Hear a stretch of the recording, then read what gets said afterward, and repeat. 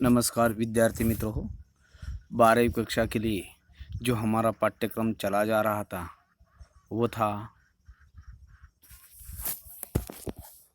काव्य रचना पेड़ होने का अर्थ, डॉक्टर मुकेश गौतम जी की। अब इससे पहले हम आदमी पेड़ नहीं हो सकता, यह हिस्सा या यह पद्यांश हमने देख लिया था। उसके बाद हौसला है पेड़, यह भी देख लिया था। अब दाता है पेड़, इसी के प्रति हम थोड़ी सी जानकारी, या दाता है पेड़ ये उन्होंने कैसे समझा दिया है डॉक्टर मुकेश गौतम जी ने, ये हम देखने वाले हैं। तो देखिए, हमने जो कुछ समझ लिया है कि प्रकृति मनुष्य के जीवन का स्पंदन है। प्रकृति मनुष्य के जीवन का स्पंदन है और पेड़ इस स्पंदन का पोषक तत्व है। इतना ही नहीं, पेड़ मनुष्य का बहुत बड़ा शिक्षक है। पेड़ और मनुष्य के बीच पुरातन संबंध है। पेड़ भारतीय संस्कृति को जीवित रखा है। पेड़ ने ये सब कुछ देखने की कोशिश कर रहे हैं। और इतना ही नहीं, उन्होंने ये समझा दिया है कि पेड़ मनुष्य का हौसला बढ़ाता है, समाज के प्रति दायित्व और प्रतिबद्धता का निर्वाह करना सिखाता है और सच्ची पूजा का अर्थ समझाता है। कवि मनुष्य में पेड़ विभिन्नार्थी भूमिकाओं को स्पष्ट करते हुए उसके होने की आवश्यकता की ओर संकेत करते हैं या संकेत देते हैं। पेड़ सब कुछ दूसरों को देकर पेड़ जीवन की सार्थकता को सिद्ध कराता है या सिद्ध करता है, ये कैसे समझा दिया है। देख लीजिए, ये जो कोई अगली पद्यांश का तीसरा जो हिस्सा है, तीसरा जो सेक्शन है, इसमें कौन सी बात कही है उन्होंने। वे कहते हैं, क्या कहते हैं कवि, जड़। देखिए कवि कैसे समझाते, जड़, तना, शाखा, पत्ती, पुष्प, फल और बीज। देखिए, पेड़ जो होता है ना, पेड़ के जो हर एक अवयव या हर एक इंद्रिय का या हर एक एक जो उनकी पंचेंद्रिय है, उन सभी की उपयोगिता हमारे लिए किस प्रकार हुआ करती है, ये उन्होंने समझाने का प्रयास किया है। जड़, तना, शाखा, पत्ती, पुष्प, फल और बीज, ये उन्होंने कैसे समझा दिया है। हमारे लिए ही तो है पेड़ का हर एक चीज। उनका क्या कहना है, वे कहते हैं जड़, तना, शाखा, पत्ती, पुष्प, फल और बीज हमारे लिए ही तो है पेड़ की हर एक चीज। हर एक चीज, प्रत्येक, हर एक म्हणजे प्रत्येक, हर एक चीज किसी ने उसे पूजा। देखिए, हम जो है, हम हमारे प्रति उन्होंने बता दिया, किसी ने उसे पूजा, किसी ने उस पर कुल्हाड़ी चलाई। जो पेड़ है, पेड़ के प्रति हम मानव व्यवहार या मनुष्य अपनी अपनी किसी प्रकार उसी से पेश आता है या किस तरह उसी से बर्ताव करता है, यह दिखाने की कोशिश की है। किसी ने उसे पूजा, किसी ने उस पर कुल्हाड़ी चलाई। पूजा अर्चा देवता या परमात्मा परमेश्वर के रूप में उन्होंने मान लिया। जैसे कि मराठी में हमें मालूम है, पेड़ यानी कि वृक्षवल्ली अम्मा सोयरे हो तू, यानी कि एक पूजनीय है, एक सोयरे, जैसे कि नाते रिश्ते हैं उसी के साथ। ऐसा कोई हमारे महाराष्ट्रियन साहित्यकों ने या संतों ने आप लोगों को कहा है। बिल्कुल उसी तरह उन्होंने बताया, किसी ने उसे पूजा, किसी ने उस पर कुल्हाड़ी चलाई, पर कोई बताए। कवि क्या कहते हैं, पर कोई बताए क्या पेड़ ने एक बूंद भी आंसू के गिराई। देखिए ना, जो पेड़ खड़ा है हमारे पास, जो पेड़ है ना, पेड़ पर किसी ने पूजा तो किसी ने उस पर कुल्हाड़ी चलाई, पर कोई बताए क्या पेड़ ने एक बूंद भी आंसू की गिराई। इतना सब कुछ सहने वाला ये पेड़ होता है, आदमी नहीं होता। तो इन्होंने ये बता दिया है कि किसी ने उस पर कुल्हाड़ी चलाई, पर कोई बताए क्या पेड़ ने एक बूंद भी आंसू की गिराई। आंसू की गिराई, आंसू अपने आंखों में से, अपने शरीर में से आंसू, तो उन्होंने क्या बता दिया, देखिए प्रश्न कर दिया, क्या पेड़ ने एक बूंद भी आंसू की गिराई हमारी सांसों के लिए शुद्ध हवा। फिर भी उन्होंने क्या कर दिया है, कोई उस पर कुल्हाड़ी चलाता है, कोई उसे पूजता है, कौन उसे वंदनीय करता है, फिर भी कभी उन्होंने अपने ओर से कभी आंसू नहीं गिराए। फिर भी वह क्या कहता है, हमारी सांसों के लिए शुद्ध हवा, हमारी सांसों के लिए, जो हमारा प्राणवायु हमें जो मिलता है ना, वो पेड़ से मिलता है। इसीलिए उन्होंने वह जिक्र कर दिया, हमारी सांसों के लिए शुद्ध हवा, बीमारी के लिए दवा। देखिए पेड़ के उपयोग, और पेड़ की एक एक शाखा हो, जड़ हो, तना हो, पत्ती हो, पुष्प हो, फूल हो और बीज, ये क्यों न हो, फिर भी वह किस प्रकार हमें उपयुक्त है, ये उन्होंने बताने का प्रयास किया है, बता दिया है। हमारी सांसों के लिए शुद्ध हवा, बीमारी के लिए दवा। क्या कहते हैं वह, हमारी सांसों के लिए दवा, सॉरी, हमारी सांसों के लिए हवा, शुद्ध हवा और बीमारी के लिए दवा। आप लोगों को मालूम है, जड़ी बूटियों से हमें तरह तरह की जड़ी बूटियों के द्वारा हमें औषधियाँ उपलब्ध होती है हमारे बीमारी के समय, जैसे कि आयुर्वेदिक हो या टैबलेट्स हो, जो भी कुछ हो, उन्हीं के लिए जो जो कोई वनस्पति है या पेड़ है, इन्हीं की उपयुक्तता सिद्ध होती है। उन्होंने इसीलिए तो उन्होंने बताया बीमारी के लिए दवा। इतना ही नहीं, शव यात्रा, शव यात्रा शगुन या बारात। आप लोग देख लीजिए, हमारे मनुष्य की शव यात्रा निकाले, शव यात्रा के लिए भी उसकी उपयोगिता है। शव यात्रा, शव प्रेत, प्रेत यात्रा, शव यात्रा हो, शगुन हो या बारात, शादी ब्याह हो या शादी ब्याह के बाद निकलने वाली बारात हो, जो भी कोई प्रोग्राम हो यहाँ हमारे यहाँ, शव यात्रा, शगुन या बारात सभी के लिए देता है पुष्पों की सौगात। सभी के लिए, आप लोगों को मालूम है, शव यात्रा हो, शव यात्रा पर भी उसके पुष्प खिलाए जाते हैं।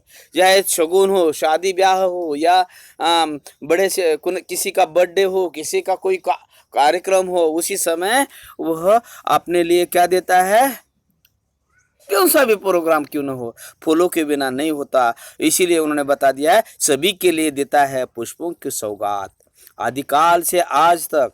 और यह अनादिकाल से, आदिकाल से आज तक, सुबह शाम दिन रात। वह कब से दे रहा है, वो आदिकाल से आज तक दिन रात, सुबह शाम हमेशा देता आया है मनुष्य का साथ। और इतना ही नहीं, उन्होंने बता दिया आदिकाल से अब तक जो भी हो वह क्या कर रहा है, अपने लिए क्या दे रहा है, साथ दे रहा है। उन्होंने बता दिया आदिकाल से आज तक, सुबह शाम दिन रात हमेशा देता आया है मनुष्य का साथ। कवि को मिला कागज, देखिए कितने उपयोग है उसके। शायद शादी ब्याह, शगुन, शव यात्रा, बीमारी के लिए तो सही है, परंतु उन्होंने आगे लिखा है, आगे कहते हैं, वे कहते हैं हमेशा देता है मनुष्य का साथ, हमेशा देता है मनुष्य का साथ। कवि को मिला है कागज, और हमारे जैसे साहित्यकों के लिए, कवि के लिए क्या मिला है, कागज मिला है। कलम मिली है, कलम, स्याही, वैद्य हकीम को दवाई। और उन्होंने बता दिया है हमारे पढ़े लिखे लोगों के लिए, पढ़ाई के लिए क्या मिला है, कागज मिला है, कलम मिली है, स्याही मिला है। इतना ही नहीं, उन्होंने हर एक व्यक्ति के प्रति बता दिया है, वैद्य हो, वैद्य, हकीम, डॉक्टर, जो भी कोई हो, उसी के लिए उन्होंने क्या बना दी है, वैद्य हकीम को दवाई। उन्होंने बता दिया है वैद्य हो, हकीम हो, उसके लिए दवाई दी है, शासन या प्रशासन, जो भी कोई हो दुनियादारी में, जो भी कोई हो, उसी के लिए शासन हो या प्रशासन, सभी को बैठने के लिए, शासन हो प्रशासन, सभी के बैठने के लिए कुर्सी, मेज, आसन, यानी कि कवि का कहना है हर एक चीज पेड़ पौधों की, यानी कि पेड़ों की बनी हुई है, जो कि बना दिया है। शासन हो, प्रशासन हो, कोई शासकीय अधिकारी हो, प्रशासकीय अधिकारी हो, उन्हीं की जो कोई कुर्सी है, मेज है, या जो कोई सामान है, वह किससे बना दिया है, पेड़ से बना दिया है। और इसीलिए उन्होंने बता दिया है, शासन हो या प्रशासन, सभी के बैठने के लिए कुर्सी, मेज, आसन, जो हम उपयोग नहीं करें, जो हम उपयोगी नहीं करते, तो उन्होंने बता दिया है कि बोलो ऐसी कौन सी चीज है कि जो जो पेड़ के बिना नहीं बनती और पेड़ के बिना बनती है तो हमें उपयुक्त नहीं होती। तो उन्होंने बता दिया है सभी के बैठने के लिए कुर्सी मेज आसान आसन जो हम उपयोग में नहीं करें, यह सब कुछ कभी क्या कहते हैं, वृक्ष के पास ऐसी एक भी नई चीज है जो हमारे लिए उपयुक्त नहीं। ऐसे वृक्ष के पास एक भी चीज नहीं। देख लीजिए उसके जड़ देख लीजिए, उसका तना हुआ शरीर देख लीजिए, शाखा देख लीजिए, पत्ते देख लीजिए, पुष्प देख लीजिए, फल देख लीजिए, बीज लीजिए। बीज भी हमारे लिए उपयुक्त है। हर एक चीज, हर एक ऐसी उसी के पास, वृक्ष के पास ऐसी एक भी नई चीज की जो मनुष्य के लिए उपयोगी नहीं है। इसीलिए कवि आगे कहते हैं, जी हाँ, सच तो यह है कि पेड़ संत है। आखिरकार वे कहते हैं, मेरा कहना है, सच तो यह है कि पेड़ क्या है, संत है, दधीची है। दधीची ऋषि मुनि जैसा, यानी कि लेखक ने यह बता दिया है कि पेड़ क्या है, संत है, दधीची है। इसी प्रकार पेड़ के हर एक शाखाओं का महत्व, हर एक चीज का महत्व हमारे लिए किस प्रकार उपयुक्त होता है, यह कवि ने यहाँ बता दिया है।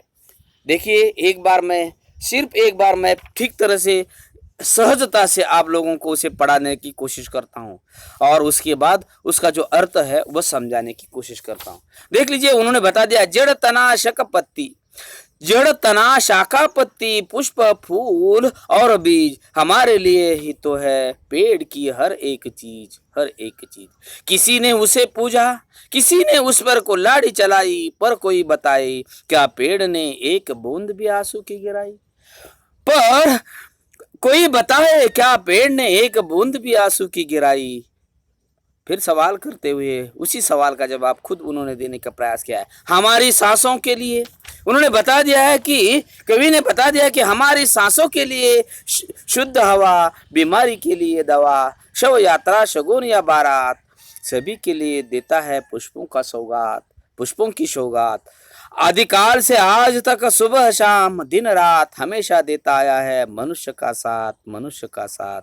कवि को मिला है कागज कलम स्याही, वैद्य हकीम को दवाई, शासन या प्रशासन सभी को बैठने के लिए, सभी के बैठने के लिए कुर्सी मेज आसन जो हम उपयोग नहीं करें, वृक्ष के पास ऐसी कोई भी नई चीज है। और उन्होंने बता दिया आखिर में, वृक्ष के पास कोई भी ऐसी चीज नहीं कि जो हम उपयुक्त नहीं करें, हम उपयोग में नहीं लाते। जी हाँ, सच तो यह है कि पेड़ संत है, पेड़ संत है, पेड़ दधीची है। इस प्रकार कवि हमें आप लोगों के लिए कह देते हैं सौगात, यानी कि भेंट, उपहार। और इस तरह हर एक शब्द के प्रति कवि ने इस पंक्तियों के प्रति हमें कौन सी बात कही है, देख लीजिए। उनका कहना है, आशय की दृष्टि से, भावार्थ की दृष्टि से, काव्य अर्थ की दृष्टि से पेड़ क्या कहता है, कैसे बता दिया है, दाता है पेड़। इस प्रकार इस पद्यांश में कवि ने हम लोगों को समझा दिया है। क्या समझा दिया है? पेड़ बहुत बड़ा दाता है। उनका कहना है पेड़ बहुत बड़ा दाता है। पेड़ के पत्तों के गुणों से, पेड़ के फूलों के गुणों से तो सभी परिचित है, पेड़ के फूलों के गुणों से तो सभी परिचित है, परंतु इसके साथ ही पेड़ की जड़, फूल को मालूम है फूल तो सबके लिए उपयुक्त है, परंतु इसके साथ ही पेड़ की जड़, तना, शाखाएं हो या पत्ते, फूल हो और बीज, पेड़ का कोई भी भाग अनुपयोगी नहीं होता। उन्होंने ये बता दिया है कि पेड़ का कौन सा भी हिस्सा हो, कौन सा भी भाग हो, हमारे लिए अनुपयोगी नहीं है, उपयोगी नहीं है, ऐसी बात नहीं होती, ये उन्होंने कह दिया है। मानव समाज में ऐसे भी लोग हैं, कवि का कहना है मानव समाज में ऐसे भी लोग हैं जो पेड़ को पूजते हैं। मानव समाज में ऐसे लोग हैं जो पेड़ को पूजते हैं। तो उन्होंने ये भी बता दिया है कि दूसरी ओर अपने स्वार्थ के लिए पेड़ पर कुल्हाड़ी चलाने वाली, दूसरी ओर उन्होंने बता दिया है कि अपने स्वार्थ के लिए पेड़ पर कुल्हाड़ी चलाने वाले, उसे काटने वालों को भी कोई कमी नहीं है। उनका कहना है, एक और उन्होंने बता दिया है कि पेड़ को पूजते हैं, वंदन करते हैं, तो दूसरी तरफ उन्होंने बता दिया है मानव अपने स्वार्थी प्रवृत्ति के लिए, स्वार्थ के लिए उस पर कुल्हाड़ी चलाते हैं, काटते हैं। और इतना ही नहीं, उन्होंने आगे बता दिया है हमारे यहाँ काटने वालों की कोई कमी नहीं है, लेकिन पेड़ मनुष्य के किसी भी दुर्व्यवहार पर कभी भी आंसू नहीं बहाते या कभी भी आंसू नहीं गिराता। पेड़ कभी भी मनुष्य के दुर्व्यवहार पर आंसू नहीं गिराता। मानव पेड़ पर कैसा भी अत्याचार क्यों न करे, मानव पेड़ पर कैसा भी अत्याचार क्यों न करे, उस पेड़ उससे कभी बदला लेने की नहीं सोचता। परंतु मनुष्य की बात अलग है, मनुष्य बदला लेने की बात सोचता है, परंतु पेड़ कभी कितना भी अन्याय क्यों न करे, पेड़ मनुष्य से कभी बदला लेने की नहीं सोचता। वह तो जीवन भर देता ही रहता है। वह क्या करता है? जीवन भर देता ही रहता है। हम लोगों को मालूम है, जैसे कि हमारे लिए श्वास करने के लिए प्राण वायु के माध्यम से जो विषैली वायु बाहर श्वास के माध्यम से वह क्या करता है, हमारे शरीर से विषैली वायु बाहर छोड़ता है। और हमारे हम जैसे कि हमने जो छोड़ दी है विषैली वायु, वो खुद लेता है और मनुष्य के लिए अच्छी हवा यानी कि शुद्ध हवा यानी कि अच्छी हवा देकर, स्वच्छ हवा देकर वह क्या करता है, स्वास्थ्य वर्तक उन्हें प्रदान कर देता है, यानी कि उसे प्राण वायु देकर उसे जीवित रखने का प्रयास करता है। पेड़ रोगों के लिए विभिन्न प्रकार की औषधियां देता है। इतना ही नहीं, पेड़ मनुष्य के लिए, पेड़ लोगों के लिए क्या देता है, विभिन्न प्रकार की औषधियां देता है, दवा देता है। मनुष्य समाज में किसी की शव यात्रा हो, किसी का शुभ कार्य हो, या किसी की कोई बारात हो, या किसी की कोई शादी ब्याह हो, पेड़ सभी को सजावट के लिए पुष्पों की सौगात देता है, पुष्पों की भेंट देता है, भेंट के रूप में उन्हें दे देता है। जब से सृष्टि का आरंभ हुआ है, और यह कब से हो रहा है, जब से आदिकाल से, जब से सृष्टि का आरंभ हुआ है, अनादिकाल से लेकर अब तक, अनादिकाल से पेड़ हमेशा मनुष्य को देता आया है।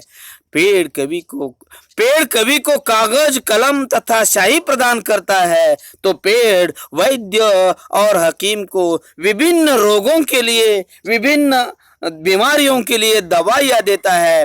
पेड़ इतना ही नहीं, वह कहते हैं पेड़ शासन प्रशासन वाले लोगों के लिए क्या देता है, कुर्सी, मेज, आसन देता है। इस प्रकार वास्तव में देखा जाए तो पेड़ की कोई ऐसी चीज या कोई ऐसी वस्तु नहीं है जो मनुष्य के काम न आती हो। पेड़ संत है, संत के समान है। कवि कहते हैं पेड़ क्या है, संत के समान है, जो दूसरों को देते हैं, किसी से कुछ भी अपेक्षा नहीं रखते। और उन्हें आगे बता दिया है, वास्तविकता तो यह है कि पेड़ दधीची है। जिस प्रकार दधीची ने, पेड़ क्या है, दधीची है। जिस प्रकार दधीची ने देवताओं की रक्षा के लिए, वज्रास्त्र बनाने के लिए जीते जी अपने अस्थियां भी दान कर दी थी, उसी प्रकार पेड़ बिना किसी स्वार्थ के जीवन पर देता ही रहता है। जिस प्रकार पेड़ संत है, पेड़ दधीची की तरह है। आप लोगों को तो मालूम है, वास्तविकता तो यह है कि पेड़ दधीची है। जिस प्रकार दधीची ने देवताओं की रक्षा के लिए, वज्रास्त्र बनाने के लिए जीते जी अपने अस्थियां भी दान कर दी थी, उसी प्रकार पेड़ बिना किसी स्वार्थ की जीवन भर देता है, जीवन भर देता ही रहता है। इस तरह यह कविता का ये आशय या भावार्थ या अर्थ की दृष्टि से मैंने आप लोगों के सामने रखने का प्रयास किया है। इस तरह ये जो कोई पेड़ होता है, आदमी होता है, यानी कि इस प्रकार उन्होंने ये बता दिया है कि मनुष्य के लिए, प्रकृति मनुष्य जीवन का जो स्पंदन है, और उस स्पंदन का पेड़ क्या है, पोषक तत्व है, यह कवि ने यहाँ दिखाने का प्रयास किया है। बहुत अच्छी खासी यह रचना। आदमी पेड़ नहीं हो सकता, आदमी पेड़ नहीं हो सकता। उनका कहना है पेड़ पेड़ है और आदमी आदमी है, आदमी सिर्फ आदमी है। पेड़ पेड़ की हर एक चीज को किस प्रकार हम उपयुक्त कर या उपयोग में लाते हैं। पेड़ की ऐसी कोई सी चीज नहीं है कि जो मनुष्य के लिए उपयोगी नहीं पड़ती। यहाँ तक मैंने आप लोगों को यह जो पद्य